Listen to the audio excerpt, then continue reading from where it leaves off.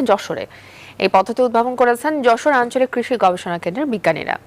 এর মধ্যে সুফলও পেতে শুরু করেছেন কৃষকরা। রিপন হোসেনের তথ্যচিত্রে দেখুন ডেস্ক রিপোর্ট। এক বছর আগে যে জমিতে বছরে 2 থেকে 3 ফসল হতো, বর্তমানে সেসব জমিতেই 5 ফসল চাষের উদ্যোগ নিয়েছে আঞ্চলিক কৃষি গবেষণা কেন্দ্রের বৈজ্ঞানিকরা।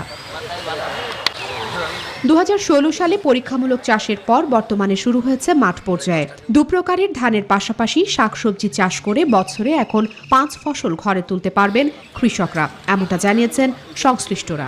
প্রযুক্তি উদ্ভাবনের ফলে 2 ফসলি জমি 3 ফসলিতে রূপান্তরিত হবে এবং ফসল উৎপাদন বৃদ্ধি পাবে এবং কৃষক লাভবান হবে। 2016 সাল থেকে আজকে 2020 সালে কৃষক পর্যায়ে এই প্রযুক্তি ইতিমধ্যে ছড়িয়ে পড়েছে। কৃষকরা এটা গ্রহণ করতেছে এবং তারা তাদের জমিতে তৈরি করার চেষ্টা করতেছে।